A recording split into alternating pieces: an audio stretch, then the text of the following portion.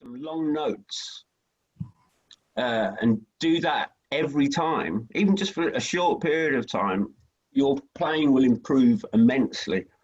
And so what I'm trying to do now is, and this again, this applies to all instruments.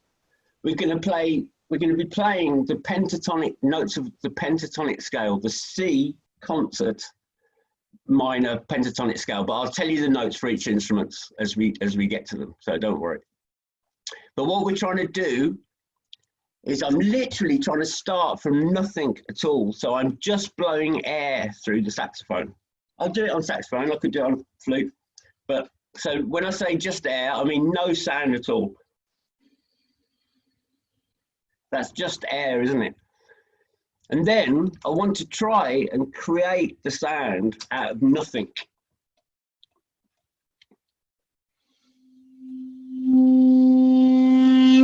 Yeah, and try and increase it. And we'll, to start with, we'll do it so it's from nothing, and you're literally just blowing air through the instrument to try and just catch the sound without it going like this, without going. Try and make it as gradual as possible. Yeah, so can we all try and do that? And so the notes, this will, if we can all try and do the same notes, because this is gonna relate to something we're gonna talk about later. So let's do a C on your flutes. I'd do like middle C, it's probably the easiest one to do. A if you're in E flat, like me, or a D if you're on a B flat instrument, so a clarinet or a tenor. So we go from nothing to as loud as possible. Okay, I'm going to stand up. There you go.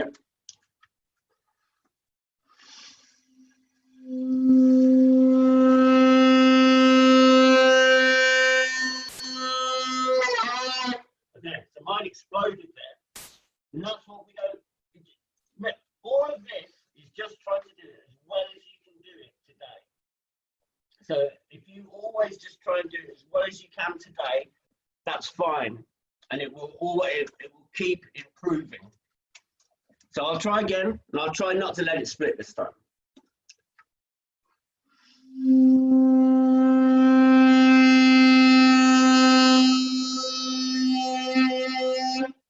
Okay, so I'm going literally from nothing at all, and what you really want to concentrate is not letting the note deviate. So as we blow louder, the note can go like this. All that sort of thing. But we're trying to concentrate on making as pure a sound as possible. Really try and concentrate on your sound. Hear what the sound you're making and try and make it as even as possible, as in tune as possible. And when I say in tune, I mean in tune with itself. So the note's not getting sharper or flatter, it's not fluctuating like this, it's just a pure straight note. I'm talking about it quite a lot, but this would just take you a couple of minutes to do each time you're about to practice. So from nothing to loud. From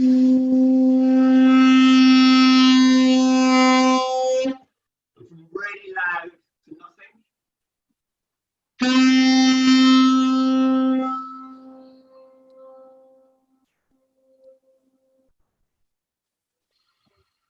I'm just trying to finish with air at the end. And then going from air to really loud, back to nothing and air.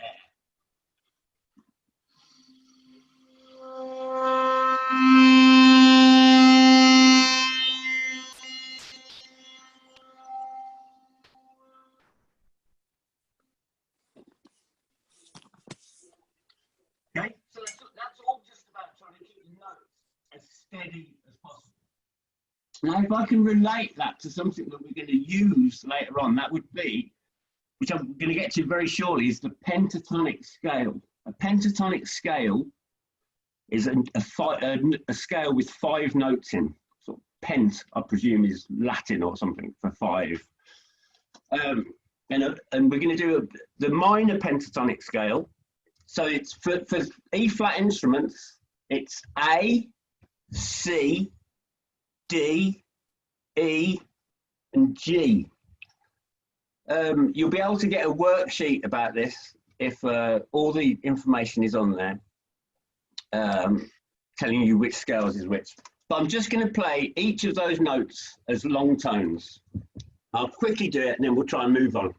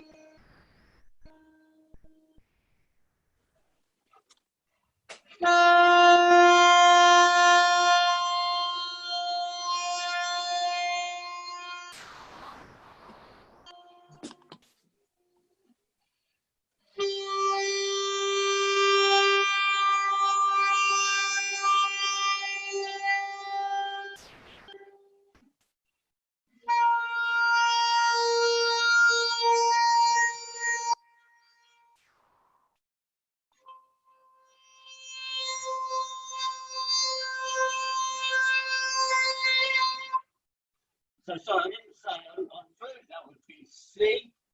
You play C on your flute, and then an E flat, then an F, then a G, then a B flat. C, E flat, F, G, B flat.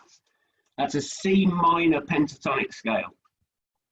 On tenor, it would be, or a B flat instrument clarinet, it would be D, F, G, A, and C. So that pentatonic scale we're going to use now. The main topic that I'm going to talk to you about today is improvising. And so what is improvising? So I guess that I want to separate the idea of, I'm not talking about jazz necessarily now. Jazz is music that covers a very broad spectrum of different styles, but it's you can essentially boil it down to it's music that involves improvising. However, you know, improvising itself is a subject on its own. So I am going to talk about things that I think relate to jazz later on, but initially we'll just talk about what is improvising. You could say improvising is just, it's making stuff up as you go along. It's you can do, it's making choices. And so, you know, normally when you play a piece of music, the piece of music you've been learning, you've been reading the music, and you try and get the right notes and play it with the correct dynamics, the correct rhythms. Improvising means you're just making all those decisions yourself. And so if you can get to grips with this as an idea, it means you can play in lots of different bands. It opens up another world of music to you. You can play well, what I would call pop bands. I don't know if they still say that these days. I'm not sure, but and sort of just you need to have a little bit of knowledge of theory, but not a great deal to have a go. So, but at least probably a sense of what key you're in. I'm going to talk in much more detail about this later on. But right now, I just want to, the first hurdle is just, I think, getting past that idea of you can just have a go and do what you want. Now, I'm telling you these notes. So that means you could play any note at all. But we're keen for it to sound good, aren't we? And for it to sound good, you need to have some, it needs to sound like it has, like you intended to do it. That's the trick with improvising. That's what makes somebody sound really good and somebody else not sound very good. Is the person who can make it sound like they're doing what they intended on doing. The decisions they're making make sense. Okay, so can I just reiterate that everything I'm going to be doing for the next few minutes is going to relate just to the concert C minor pentatonic scale. So that's C, E flat, F, G, B flat for flutes, A, C, D, E, G for anything in E flat, and D, F, G, A, C. Oh, it's confusing, isn't it? For B flat instruments. Yes, that's right. That's definitely right. Okay, so I'm just basically, if any of you have done a music medal, you might have had to do the making a tune thing, which is where you're given a rhythm and you have to choose like I think you're told a certain amount of notes you can use as well.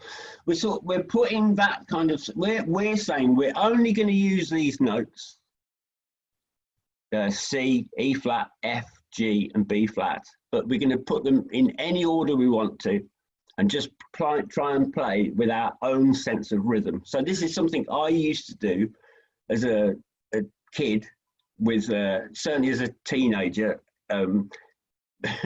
practicing, just trying to express myself like Lisa Simpson in my bedroom, just playing the blues essentially. But I'll make it a bit more bluesy in a minute. Let's just think about that pentatonic scale. And I'd love it if all of you just want to have a go. Feel free to have a go while I'm playing. I'm quite tempted to get everyone to turn their mics on at some point so we can hear the joyful noise. I think that would be lovely. But I'll talk to Anthony about that later on. And maybe we'll do that in the second half or something. I think that would be lovely. Okay, so initially, I'm just going to literally have a go. It's quiet. So remember those notes: C, E flat. Just I'll tell you what to start with. I'll just use C, E flat, F, and E. I'm talking in the wrong key. F and G. So for flute, it's C, E flat, F, and G. Okay, those notes. Now I'll just put my own rhythmic interpretation on those notes.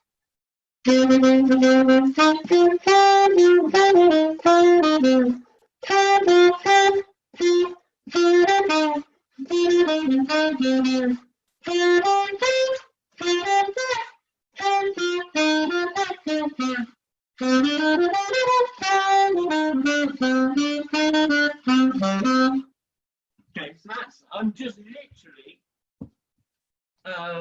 putting my own sort of ideas of rhythm, sort of singing rhythms in my head, and then having a go at just.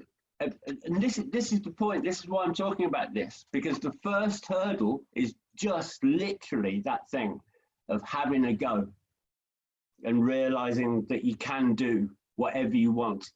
And then when you get into this stuff, it's a massive topic that we will talk about in some complicated detail as we go through. But the essential essence is I'm just putting my own free will within a sort of I'm putting my own set of rules on myself. I'm saying these are the notes I can choose from, and then I can put them in any order I want. Okay, so if you get to see the sheet sometime that I've sent you, there's an extra note that that we can add to that pentatonic scale, and it is the forbidden note. It is yeah, I know. It's the flattened fifth, which, believe it or not, about 100 years ago, used to upset people very much, the flattened fifth. They thought it would ruin children's states of minds, or young adults, and make it was in the jazz era. It was considered a risky thing, this note, believe it or not. And it sounds like this. So if that's a C, that's your concert C minor chord. It's this note. If you can hear that. it kind of sounds a bit mad, doesn't it? But it's like a bluesy note. It's called a blue note. So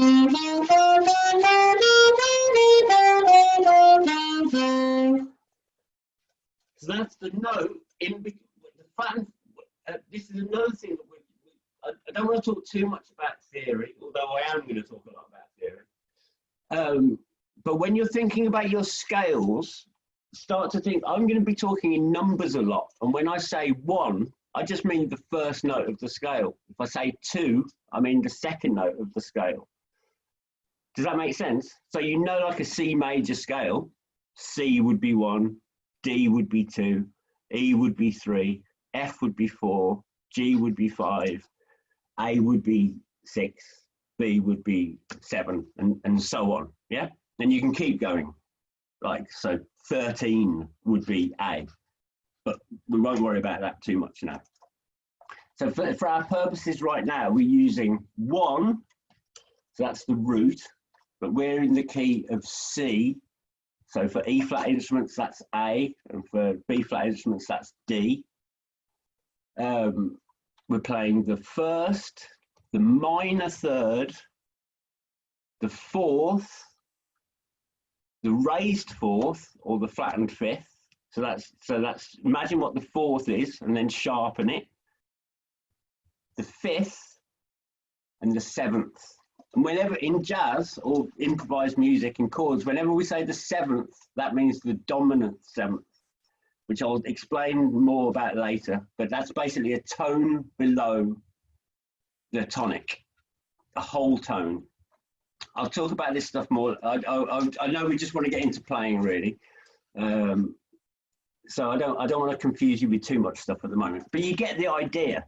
So those are the notes that we can just play to. So now if I was to put a metronome on, or even better, I've got a dubious little drum loop here, and we can all try and have a little play using just those notes. And listen to what I'm doing, and just have a go. The good thing is you can't do anything wrong. It's impossible to do anything wrong. In fact, that's probably part of the skill of it, is doing something wrong and then being able to make it sound like that's what you meant to do. Okay, I hope you can hear this drum beat. It's a bit cheesy, can you hear that? So it's about playing with rhythm. So I'm going to try and feel that rhythm. And you have a go as well.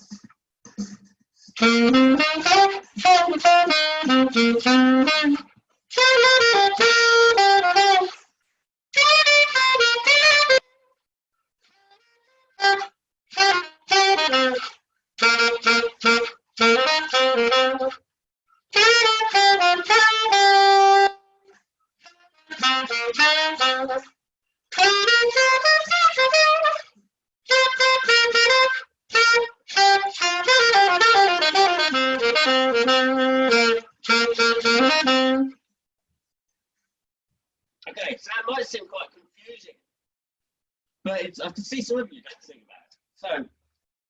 So that's what it's about. You're trying to convey in the notes that you're playing that feeling of wanting to dance. Not that all music's about dancing, but the point is I'm saying to play with rhythm. And I'll tell you something about music. If you can play with a nice sound, which is what we talked about at the start of this, playing long notes and really trying to get as nice, as pure a sound as you can, or just listening to the sound you're making and really trying to just improve it every time you're playing. So if you can play with a nice tone, and you can play with nice time, and you can play in tune, that will take you a very long way, and can cover up a multitude of other gaps in what you know. So playing with time is really important. So that, if I could literally go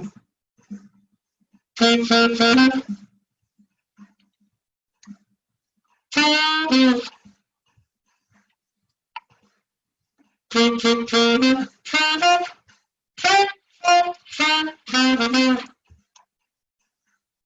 point is, you don't have to do very much.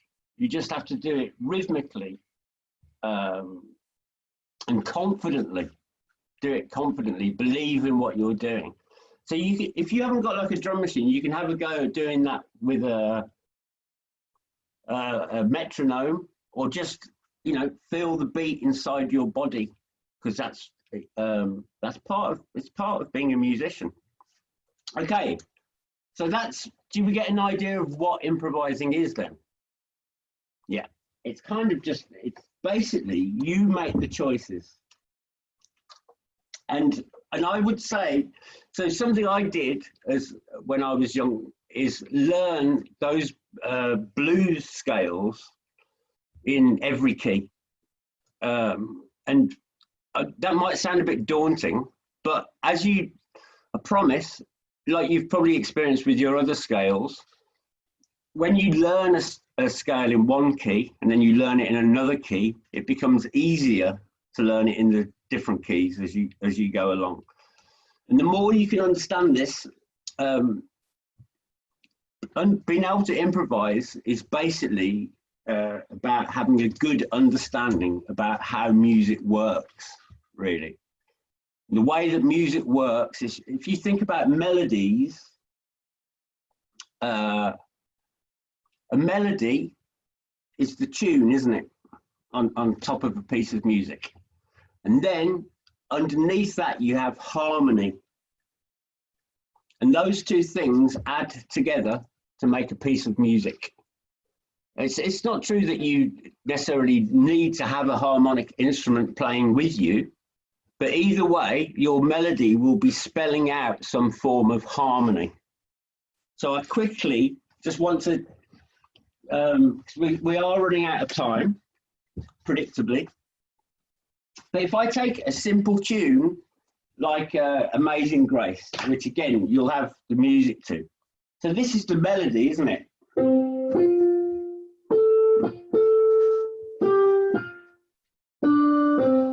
You all hear that? Can you all hear that?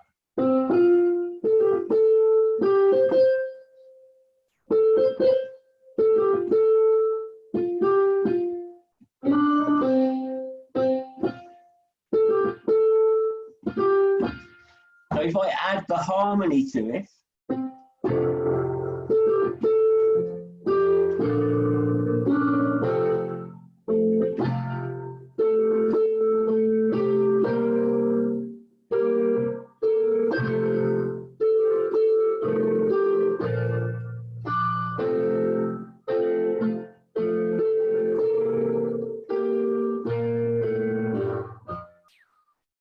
okay, so that's like, there's two things going on, isn't there? There's harmony and there's melody, and the two things are fitting with each other, creating a piece of music. Now, improvising, certainly in jazz, but even if you don't think about it like this is what's going on. You're sitting on top of that harmony. And in the next session, I'm going to talk quite a bit more about what's involved with how we can affect, how we can think about that and apply it in our improvisational skills. But quickly, I just want to play to you.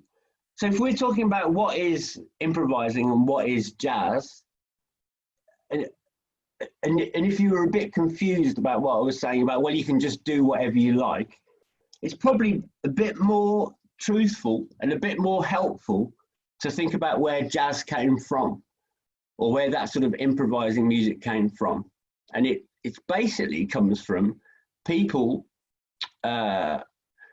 adding their own nuances onto a tune. So if you imagine like a blues singer might be singing Amazing Grace, but she or he would sing it with inflections that make it unique and sounds like their own version of it, but you can still tell it's the same tune. And that's much more the way that people would have learned how to play jazz rather than the sort of stuff we'll talk about a bit later to do with chord and scale theory. That's a way of teaching jazz, like I was talking about pentatonic scales, but there's little, if any, resemblance to how actually the great masters of jazz would have learned jazz. It would be much so. I want to give you an example of, I'm going to play Amazing Grace, and then I'm going to try and play it in a soulful way. I've written out a little version of it so you can do it. I'm not going to play that. I'm just going to do my own version of it. Okay, I think that's my plan anyway. So I've got the tune just first. So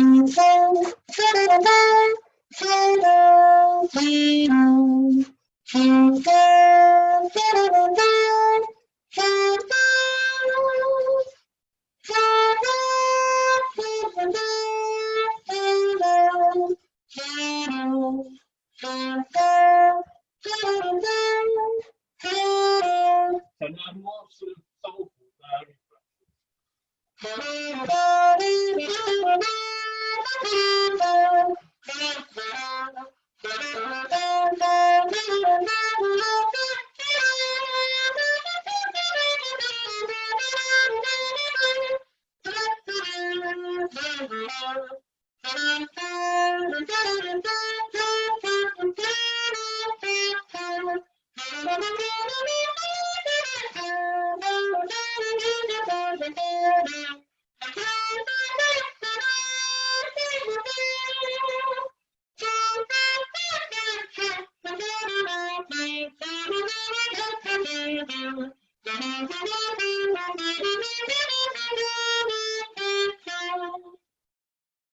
You can still tell it's Amazing Grace. And why is that? Well, initially I was just sticking quite close to the tune.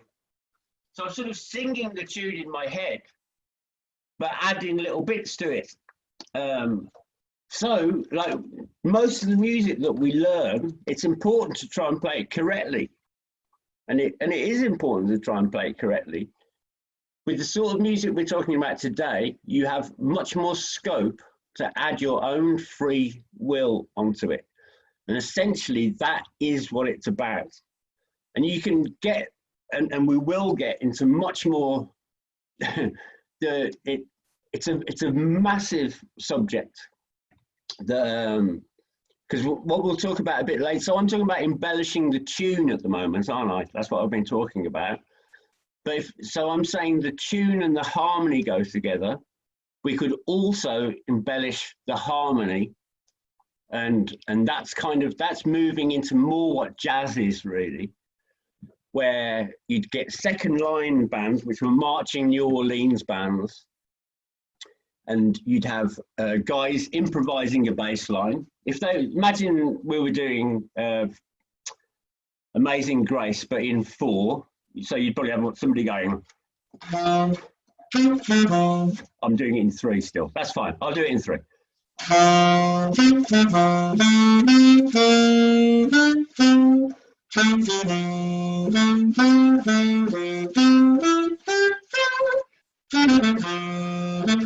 Sort of just improvising, outlining the chords, and then another guy playing the tune.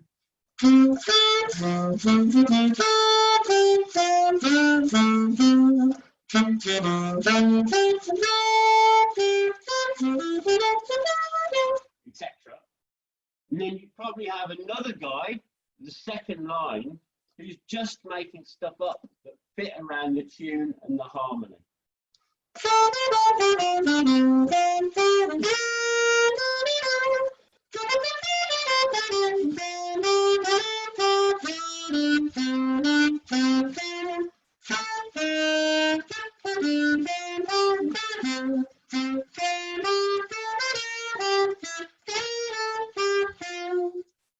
And that's kind of, you're getting more into the realm of what jazz is. That is all improvising, but it's in a it's in a controlled way where I know I know the melody and I know the harmony of the tune, as in I know the chord sequence, which I'll talk a bit more about later. And I'm by outlining those two things, so I'm kind of placing a few restrictions on myself, which hopefully leads to it sounding good, as opposed to just like I'm flailing about, not really knowing what I'm doing. So that's the trick about improvising. Even though it's doing what you want to do, it's making your own stuff up, you kind of have to have you have to sound like you have intention, like you're doing what you intended on doing. And you learn how to do that with some little bits of theory that we can talk about. Don't be frightened by that, because any little bits of knowledge are it's a step forward. And if you understand how to improvise, you understand how music works, which means you can understand how to compose, you can be involved, how chords fit together, why melodies work. And we're going to talk about all that stuff in a bit. I don't know if am I going over? Are we? Sorry, Chris, as I said to unmute myself. We've got a few minutes left on this session. I don't know if anybody wants to ask a question. I've really been enjoying listening to Chris. If anybody wants to ask a question at any time or about what Chris has spoken about, or any other question, then do feel free to do so. If not, we'll start to wrap this one up, Chris, and we'll all get a cup of tea and come back and listen some more. Yeah, it's my only. It's hard to know if people are, if I've moved on too quickly from something. I'm trying to cover quite a lot in a short space of time, and I am going to cover a lot in a short space of time. But I have sent. You should have access to some sheets that will at least kind of should cover the things that I've been talking about. So hopefully you might be able to refer to them at some point. But sorry, if anyone's got any questions, that'd be great.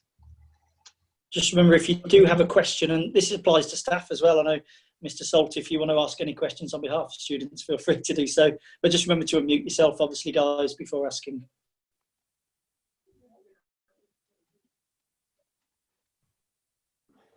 Anybody unmuting themselves? I'm trying to scroll through. It's all right.